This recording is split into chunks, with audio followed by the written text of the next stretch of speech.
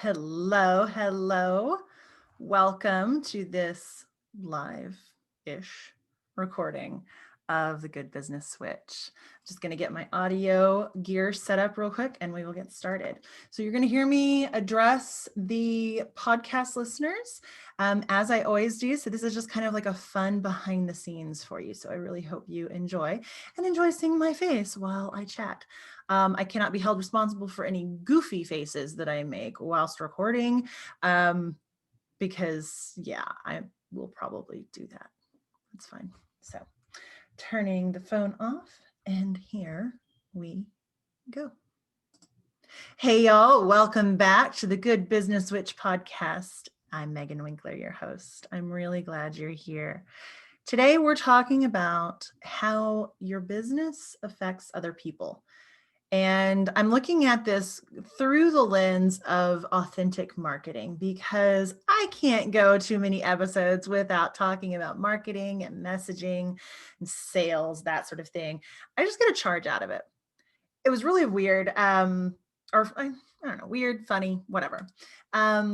A few months ago, I was staring at this picture on our kitchen wall. Now, in the breakfast area of our kitchen, we have a bunch of different pieces of art and photographs, objects we've collected on trips, that sort of thing. They're actually all in our breakfast area, and our breakfast area isn't for eating breakfast. It is for working out on the elliptical machine or lounging around having coffee on the ancient futon that we have. But among the items that are on the wall, we have a beautiful Cocopelli from our trip to Santa Fe. We have shadow boxes from New Orleans, from Key West, two of our favorite places to be. But we also have some things from our family. So there's a newspaper article from covering Mike's great grandfather or grandfather, no, grandfather, that's right, on the wall. And there's a picture of my great grandfather's, I believe, glass shop in Austria. So in the 1930s, Frank Winkler came over from Austria and settled in Texas. And he had the family legend is he had the clothes on his back and his violin. I assume he probably also had a suitcase, but he definitely had his violin with him as well. And he set up shop. He married my great grandmother. He had an auto parts shop in the 30s and 40s, which is just like so wild to me because cars weren't that old then, right? But he came from, a family who owned a glass shop in Austria. And then my grandfather was a serial entrepreneur. And then my father was in sales for decades and tried his hand at entrepreneurship. So I realized that, oh my gosh, this is so in my blood. And also, how fun is it that I am one of the first women in the family to do this sort of thing? If not the first, I'm not sure. Like, I don't want to speak for my ancestors or for, cousins and things that I don't happen to keep track of. But how freaking cool is that? So I grew up learning and hearing sales techniques. And my dad subscribed to the Franklin Covey approach to sales. And I know now that a lot of it had to do with the Sandler School of Sales. The Sandler method is based on relational sales, relational marketing. So you're developing relationships with people, right? And it's like, oh, well, no wonder I do what I do. Never in a million years would I have thought that I was going to own a marketing company, a marketing brand, but here I am, right? But for me, marketing and sales has not only been something that's just like around all the time. And Mike's a sales engineer, so he does more technical stuff, but he's also involved in the sales process. my partner. And so not only have I been around all of this, I find it really interesting because I love human beings and I love how we relate to one another. And I absolutely 100% believe in, support, evangelize for, let's be honest, the fact that marketing can have a soul, marketing can be heart-centered, people first, and communication forward. So as we think about what authentic marketing is, what soulful marketing is, and it's marketing that comes really from having a conversation with other people, right? So you're not going to just walk up to somebody and be like, hey, I've got this thing. So let's pretend you own a crystal shop and you have crystals and jewelry and maybe candles, that sort of thing. So you've got this witchy shop and you're not going to just like walk up to somebody on the street and just be like, hey, here, buy this thing. But you're going to want to have a conversation with them, right? If you're at a networking event or a dinner party, or you're with your significant other and they have a work thing, your opening line is not, hey, I do this thing, you want to buy it now, right? Your opening line is, hi, how are you? Hey, I'm Megan. This is what I do. And yeah, I live in North Texas. And you might talk about kids if you both have kids, or dogs if you both have dogs. And you develop this relationship with this other person.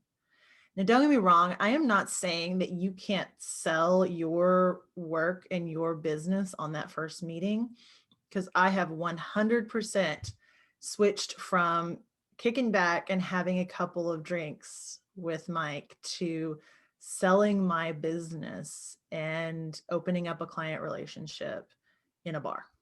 Don't get me wrong, they're more upscale bars in like Frisco, if you're familiar with the North Texas area. But yeah, actually, I've done that before. Now, that's not to say that that's what happens every time. It doesn't. A lot of times if I meet somebody in real life, then we might connect like on Instagram or Facebook or something, maybe LinkedIn, and you get to know each other, right? So authentic marketing is based in this approach that you get to know each other before you commit to anything, right? And a majority of my clients have either followed me for a long time on social media, been on my newsletter list, or they have heard about me from other people. So other people they trust, and then they go and look at my stuff and see what's going on, right? To see if they want to work with me. And that's why I think it's so important to remember that your business affects other people. One of my least favorite marketing tactics, one of my big pet peeves, is focusing on pain points. Just gonna say it. When we focus on pain points, we are pointing out the negative. We are stoking the fires of scarcity. We are making people feel bad about where they're at. And quite honestly, you know, if I'm working with a coach or a boutique or something, I don't want anybody to feel bad about where they're at. And I don't want anybody to come work with me because they feel like they're lacking. I want people to come work with me and develop a relationship with me and learn from me because they're feeling empowered, because they're feeling good about where they're at. So instead of focusing on the pain points that your customers might have, I do invite you to look at those because that'll help you kind of understand what their problems are. But instead of just like poking those pain points, instead of making people feel bad about who they are or what they're doing or what their offerings are, I want you to be empowering. I want you to show them what they're doing right. I want you to show them ways to improve. I want you to show them ways to live more magically. I want you to show them that they are beautiful as they are. I'm just kind of running through like all the industries I can think of in my head, right? So if you empower people, if you show them the way, if you show them that what they're doing is good or what they have in their life is good, and then you can just make it better. This to me is a far more positive experience than saying, wow, your life sucks and here's how to fix it.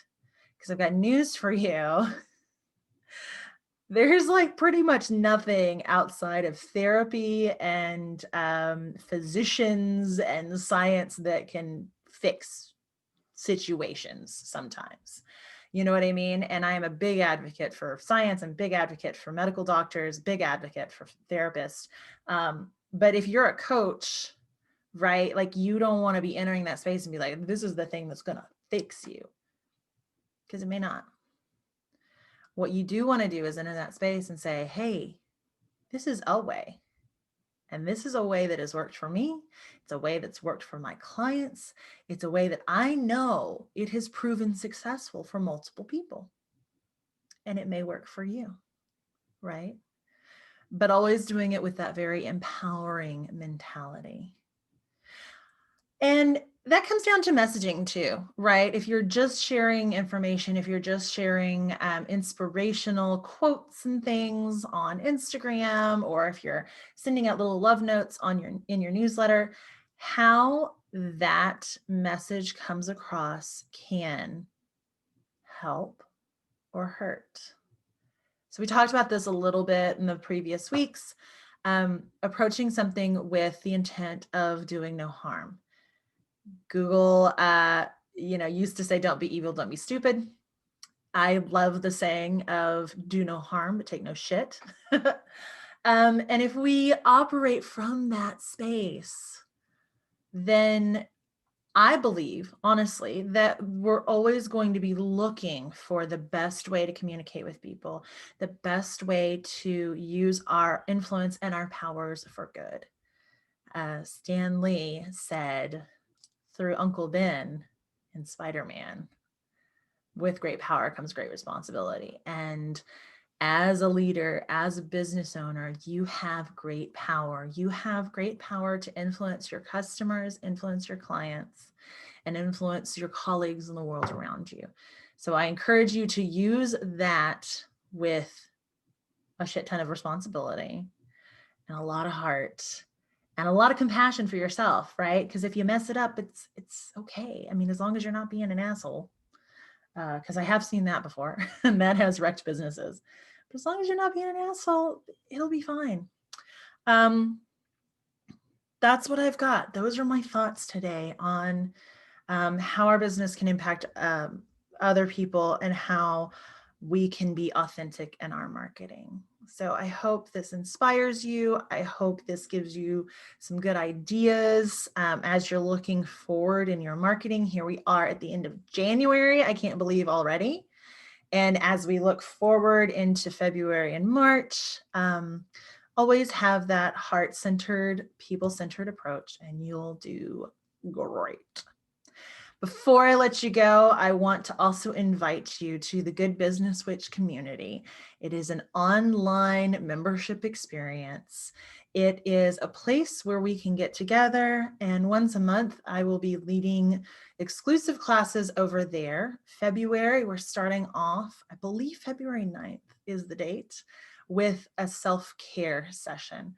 I will also have monthly Q&A sessions where you can pop in kind of like office hours when you were in college, or if you're still in college or back there, where you can ask any question that you might have about your business or about work.